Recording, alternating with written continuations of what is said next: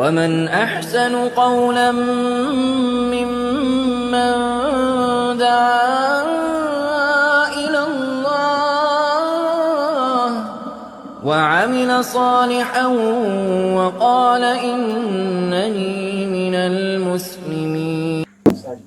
اعوذ باللہ من الشیطان الرجیم. بسم اللہ الرحمن الرحیم. آپ سبھی کو، جیسا کہ آپ سبھی کو معلوم ہے، ہمارا ہفتہ وار اجتماع ہوتا ہے ہر اتوار کو. ہم سبھی یہاں پر آ کر ایک جگہ جمع ہو کر بیٹھ کر اجتماع کرتے ہیں. اسی طرح سے آج بھی اجتماع ہونے جا رہا ہے، جس میں سب سے پہلے درس قرآن اور اس کے بعد درس حدیث اور مطالعہ لٹریچر ہوتا ہے. تو پہلے درس قرآن ہوگا جس کو دیں گے ظفر سر، اور درس حدیث جو کہ بردر عدنان، اور مطالعہ لٹریچر بردر عدال بھائی. تو درس قرآن کی دعوت میں ظفر سر کو دیتا ہوں، جن کو 15 منٹ کا وقت ہے. اپنی باتوں کو 15 منٹ میں رکھیں گے وہ. اعوذ باللہ من الشیطان الرجیم. بسم اللہ الرحمن الرحیم. جیسا کہ پچھلے ہفتے 144 نمبر آیت کا سورہ بقرہ کی میں نے درس دیا تھا، اور باتیں پوری طرح سے نہیں ہو پائی تھی، تو کیونکہ ابھی قبلہ سے ریلیٹڈ متعلق جو ہے ٹاپک چل رہا ہے، اس متعلق سے صحیح بخاری کی ایک حدیث ہے 40 نمبر کی، اس حدیث کو دوں گا. اس کے بعد انشاءاللہ تعالیٰ میں تفسیر آگے کی کروں گا. سورہ صحیح بخاری کی 40 نمبر کی حدیث ہے. رسول اللہ صلی اللہ علیہ وسلم جب مدینہ تشریف لائے تو پہلے اپنے نانیہال میں اترے جو انصار تھے، اور وہاں سب آپ صلی اللہ علیہ وسلم نے 16 یا 17 مہینے بیت المقدس کی طرف منہ کر کے نماز پڑھی، اور آپ صلی اللہ علیہ وسلم کی خواہش تھی کہ آپ کا قبلہ بیت اللہ کی طرف ہو جائے. جب بیت اللہ کی طرف نماز پڑھنے کا حکم ہو گیا تو سب سے پہلی نماز جو آپ صلی اللہ علیہ وسلم نے بیت اللہ کی طرف پڑھی وہ عصر کی نماز تھی. وہاں آپ صلی اللہ علیہ وسلم کے ساتھ لوگوں نے بھی نماز پڑھی. پھر آپ کے ساتھ نماز پڑھنے والوں میں سے ایک آدمی نکلا اور اس کا مسجد بنی حارثہ کی طرف سے گزر ہوا، تو وہ لوگ جب اس کا گزر ہوا تو وہ لوگ رکوع میں تھے. وہ بولا کہ میں اللہ کی گواہی دیتا ہوں کہ میں نے رسول اللہ علیہ وسلم کے ساتھ مکہ کی طرف منہ کر کے نماز پڑھی ہے. یہ سن کر وہ لوگ اسی حالت میں بیت اللہ کی طرف گھوم گئے، اور جب رسول اللہ صلی اللہ علیہ وسلم بیت المقدس کی طرف منہ کر کے نماز پڑھا کرتے تھے، یہود و عیسائی خوش ہوا کرتے تھے، مگر جب آپ صلی اللہ علیہ وسلم نے بیت اللہ کی طرف منہ پھیر لیا تو انہیں یہ بات ناگوار گزری. زہیر ایک راوی ہیں، وہ کہتے ہیں کہ ہم سے ابو اسحاق نے یہ حدیث بھی نقل کی ہے کہ قبلے کی تبدیلی سے پہلے کچھ مسلمان انتقال کر چکے تھے، تو ہمیں یہ معلوم نہ ہو سکا کہ ان کی نمازوں کے بارے میں کیا کہیں. تو اس پہ اللہ تعالیٰ نے یہ آیت نازل کی. جیسا کہ 143 میں ایک بات آئی تھی کہ اور ان کے ایمان کو ہم ضائع نہ کریں گے. وہاں پر میں نے بہت ہی اچھی طرح سے ایکسپلین کر کے یہ بتایا تھا کہ یہاں پر ایمان کا مطلب نماز ہے. تو جو لوگ بیت المقدس کی طرف نماز پڑھا کرتے تھے قبلہ کے رخ کو چننے سے پہلے، تو اللہ تعالیٰ اس آیت سے یہ سمجھانا چاہ رہے ہیں کہ جن لوگوں نے بھی اس طرف منہ کر کے نماز پڑھی تو ان کی نماز کو کبھی ضائع ہونے نہ دیا جائے گا، کیونکہ اللہ تعالیٰ بڑا رحمان و رحیم ہے. اب انشاءاللہ تلاوت کروں گا 145 نمبر آیت کی سورہ بقرہ کی، اور اس کی تفسیر اور تشریح کرنے کی کوشش کروں. وَلَئِنْ آتَيْتَ الَّذِينَ أُوتُوا الْكِتَابَ بِكُلِّ آيَاتٍ مَا تَبِعُوا قِبْلَتَكَ وَمَا أَنْتَ بِتَابِعٍ قِبْلَتَهُمْ وَمَا بَعْضُهُمْ بِتَابِعٍ قِبْلَةَ بَعْضٍ وَلَئِنِ اتَّبَعْتَ أَهْوَاءَهُمْ मिन बाद मा जाका मिनल इल्म इन्नका इज़ल लिमिनज़ ज़ालिमीन। पढ़ी गई आयत का तर्जुमा है, तुम इन अहले किताब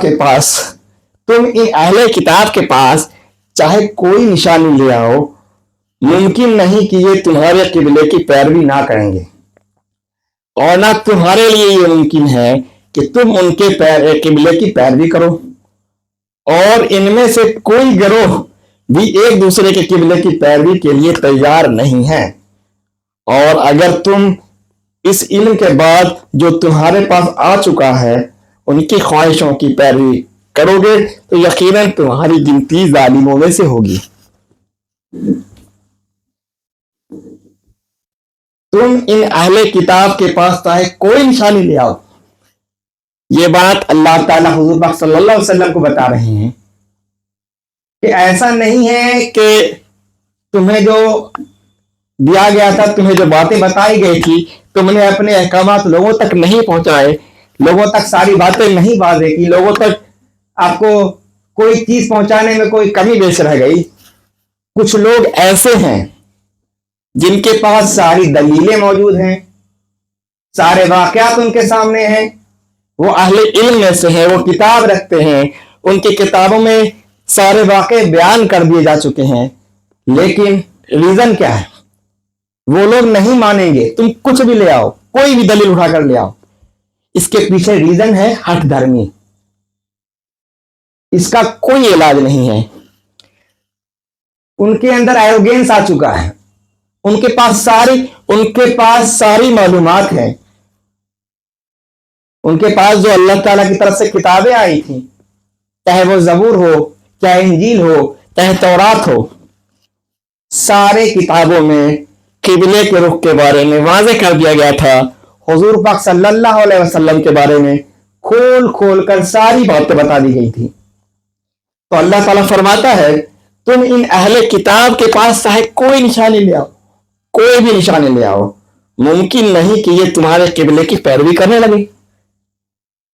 अब आपको जरा ये बात देख लें कि जनरल अगर इंटरप्रिटेशन का किया जाए, अगर नॉर्मल जिंदगी में भी हम लोग देखते हैं कि बहुत बड़े बड़े इंस्टीट्यूट हैं, बहुत बड़े बड़े टीचर से स्टूडेंट पढ़ते हैं, उसी क्लास में कोई बच्चा टॉप करता है, बाज बच्चे ऐसे हैं जो काफी अच्छा दर्जा टॉप रैंकर्स रहते हैं, और उसी में से बहुत सारे बच्चे हैं जिनका रैंक नहीं आ पाता, जो नंबर नहीं ला पाते, तो कामयाब नहीं हो पाते उस एग्जाम में या उस एंट्रेंस में, जो भी समझिए। या फिर हम लोग इतने दिनों से अल्हम्दुलिल्लाह प्रोग्राम कर रहे हैं कि कहीं भी जो दिल की महफिल है, तो ऐसा नहीं है कि सारे के सारे लोगों के अंदर वो बातें घुस जाए, समझ जाए। अल्लाह ताला ही हिदायत देने वाला है। बहरहाल हमें कोशिश करते रहनी चाहिए। तो यही बात तो हुजूर पाक सल्लल्लाहु अलैहि वसल्लम इतने दिनों से लोगों तक अपने बातों को पहुंचाते रहे, अल्लाह के जो जितनी भी अल्लाह की तरफ से जो भी वही उतरी, हर तरह पूरी कोशिश करते रहे। तकरीबन जो है, मैं मौलाना इसरार अहमद की कल तकरीर सुन रहा था एक, तो उसमें ये बात मुझे पता चली, या मैंने सुनी बात, कि जब 10 साल तक मुसलसल हुजूर पाक सल्लल्लाहु अलैहि वसल्लम ने दावत का काम किया, तो 100 लोग ही उनके इस बात पर चले, 100 लोग ईमान लाए थे। उन्होंने अल्लाह ताला से दुआ किया कि अल्लाह मुझे 2 उमर में से एक उमर दे दे, ठीक है, 2 उमर थी, उमर बिन खत्ताब, उमर बिन हशम, क्या नाम था उनका, नाम मुझे ध्यान नहीं है। अल्लाह, तो ये बात तो वज़ाहिर सी बात है कि जब उनके पास सारी मालूमात थी, वो अहले किताब में से थे, लेकिन हठ धर्मी की वजह से कैसे मान लेंगे हम? उनके पास जब ये चीज दिमाग में आ जाती है कि मुझे नहीं करना है, मुझे पहले, ऐसा नहीं है कि इल्म की कमी है, सिर्फ और सिर्फ हठ धर्मी बोल सकते हैं, इसे एरोगेंस बोल सकते हैं, ना आने की जिद बोल सकते हैं आप। तो सारी बातें मालूम होने के बाद वो हठ धर्मी पर थे, तो अल्लाह ताला ने हुजूर पाक सल्लल्लाहु अलैहि वसल्लम को कहा कि ऐसा नहीं है कि तुम्हारे दावत देने में कोई कमी है, या आप सोच सकते हैं हमारे आखिरी नबी हज़रत सल्लल्लाहु अलैहि वसल्लम 10 साल दावत देने के बाद 100 लोग, इतने बड़े पैगंबर, उनकी दावत कैसी दावत होगी, किस तरह से बोलते होंगे लोगों को, और 100 लोग ईमान लाए थे उस जमाने में। फिर तो अल्हम्दुलिल्लाह 2-3 साल 4 साल के बाद तो अल्हम्दुलिल्लाह क्या हुआ वाक्य तो आपको पता होगा, सीरत नबी जब पढ़ा होगा आप लोगों ने। तो जरा ये देखा जाए कि जो लोग हर धर्मी पर आ जाते हैं उनको समझाना या उनसे बातें करना वो बहुत बेकार हो जाता है। आखिरी ऑप्शन है उनको छोड़ दिया जाए, आखिरी ऑप्शन है। ये नहीं बोल रहा हूं कि पहले ही कोशिश की जाए और छोड़ दिया जाए, तो जो आखिरी ऑप्शन बचता है कि वो छोड़ दिया जाए। मुमकिन नहीं कि ये तुम्हारे किबले की पैरवी करने लगे, ये तो उनसे एक्सपेक्ट करना ही बेकार है कि वो हमारे दीन, किबला मतलब यहां पर हमारे दीन की पैरवी वो करने लगे। उनसे इस बात की तवज्जो करना सरासर नाइंसाफी है, और ना तुम्हारे लिए ये मुमकिन है कि उनके किबले की पैरवी करो। हम पर भी ये बात वाज़ेह कर दी गई, हुज़ूर पाक सल्लल्लाहु अलैहि वसल्लम को ये बात बताई गई कि ऐसा नहीं है कि हमको दीन के साथ कॉम्प्रोमाइज करना है। यहां पर कुछ बातें ऐसी हैं जहां पर इंसान कॉम्प्रोमाइज नहीं कर सकता। तो जरा गौर करने वाली बात है, क्या ऐसा नहीं है कि हुज़ूर पाक सल्लल्लाहु अलैहि वसल्लम जो है वो किसी और किबले की पैरवी करने वाली, ये बात हमारे लिए वाज़ेह करने के लिए बताई आयत आई है कि ऐसा नहीं है कि तुम्हें उनके किबले की पैरवी करने लगो, ये भी नहीं हो सकता। वही वाली आयत है लकुम दीनकुम वलिय दीन, लास्ट ऑप्शन, तुम्हारे लिए तुम्हारा दीन, हमारे लिए हमारा दीन। और इनमें से कोई गिरोह भी दूसरे के किबले की पैरवी के लिए तैयार नहीं हो, नहीं। ये तो छोड़ दीजिए हमारे और उनकी बात। जब यहूद नसारा के बारे में आप पढ़ेंगे, जनरली तो हम लोग ये जानते हैं कि सारे लोग बैतुल मक़दस को किबला मानते थे, जनरली बात जानते हैं। अगर उनके अंदर गिरोहों के बारे में झांकेंगे, छानबीन करेंगे, पता करेंगे, तो ये बात पता चलेगी कि उनका भी किबला एक ना था, कोई मशरिक़ की तरफ, कोई मगरिब की तरफ। इसमें मैं डिटेल इंफॉर्मेशन नहीं दे सकता आपको, इस बारे में आपको खुद मुताला करना है कि जितने भी ये, क्योंकि इनका ये उन्होंने खुद से अपना किबला तैयार किया था, क्योंकि बार बार आयतों में आ रहा है हमारे जितने भी पैगंबर गुजरे सबका किबला अव्वल बैतुल्लाह रहा है। तो इन लोगों ने जरा से जिद के चक्कर में अपना किबला को ये कर लिया। और ऐसा नहीं है कि यहूदों का किबला नसारों का किबला एक था, सारे के किबले अलग अलग। कोई मशरिक की तरफ नमाज कर पढ़ रहा है, कोई मगरिब की तरफ रुख करके नमाज पढ़ रहा है। तो हमारे लिए जो किबले की तब्दीली का हुक्म आया, इतनी सारी मुख्तलिफ आयातें आई, तो किबले का हमारी जिंदगी में बहुत इंपॉर्टेंस है। पहली बात तो मैं 2 वीडियो बता चुका हूं। पहली चीज जो किबला को चुनने का मकसद था कि वो एक ऐलान कर देना कि बनी इसराइल से जो अब हुकूमत है वो इस्माइल की तरफ जा रही है। दूसरी चीज है यूनिफॉर्म करना, मुसलमानों को एक प्लेटफॉर्म पे लाना। आप दुनिया के किसी कोने में रहें, कोई भी मुसलमान दुनिया के अगर किसी कोने में बैठा है, उसका जब वो नमाज पढ़ेगा तो वो किबले रुख करेगा, मुंह उसका किबले रुख। ये कितनी बड़ी बात है, जरा सोचे गौर करें कि दुनिया के किसी भी कोने में बैठा हुआ शख्स जब नमाज को तैयार होगा, जब नमाज को खड़ा होगा, तो अपना रुख, ये एक यूनिटी को दिखाता है कि हमारे अंदर कितनी यूनिटी है, एक ऑर्गेनाइज वे में लाने के लिए।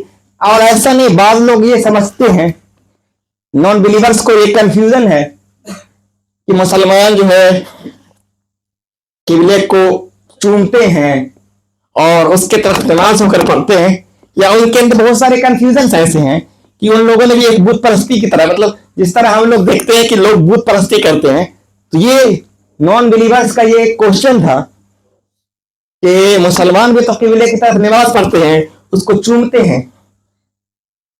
तो उसके लिए एक आयत है, आयत मुझे अरबी याद नहीं है, उसका मतलब है, उस आयत की मीनिंग में बता रहा हूं। तुम्हें उस घर की नहीं, उस घर के खुदा की पैरवी करनी है।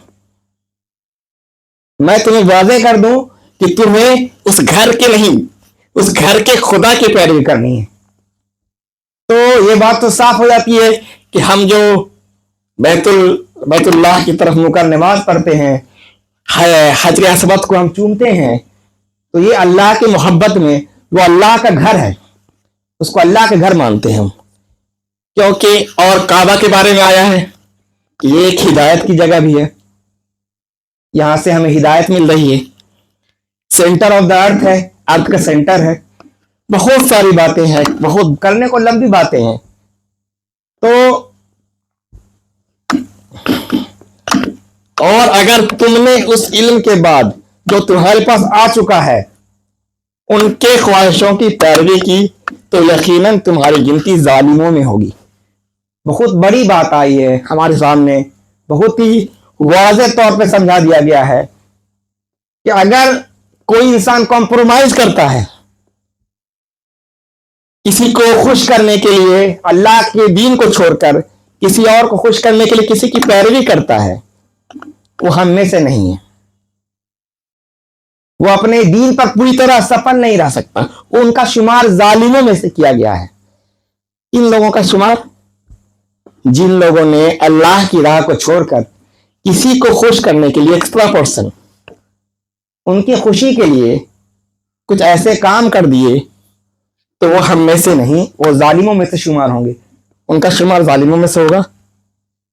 तो ये बात तो हम पर लागू है कि जहां पर भी दीन का मामला आए, जहां पर हमारे जो फर्ज, जो हुक्म हमारा कुरान में आया है, उसमें हमको कहीं पर भी कॉम्प्रोमाइज नहीं करना है। हम कर ही नहीं सकते कॉम्प्रोमाइज ऐसी जगहों पर, ऐसी चीजों पर। हमारे लिए पहला प्रेफरेंस हमारा दीन है, पहला प्रेफरेंस दीन होना चाहिए, और दीन के बाद ही कुछ है। क्योंकि इंसान की पहचान उसकी ईमान से होती है, अल्लाह ताला की है। हमसे ये नहीं पूछा जाएगा कि फला शख्स तुमसे खुश क्यों नहीं था, या फला शख्स के साथ तुम्हारा रवैया कैसे था। अगर नहीं, रवैया तो हमें अच्छा रखना है, लेकिन अगर दीन की बात जहां पर आ जाए, अगर दीन में कहीं पे कोई मुखालिफत करे हमारा, तो हम खामोश नहीं बैठने वाले।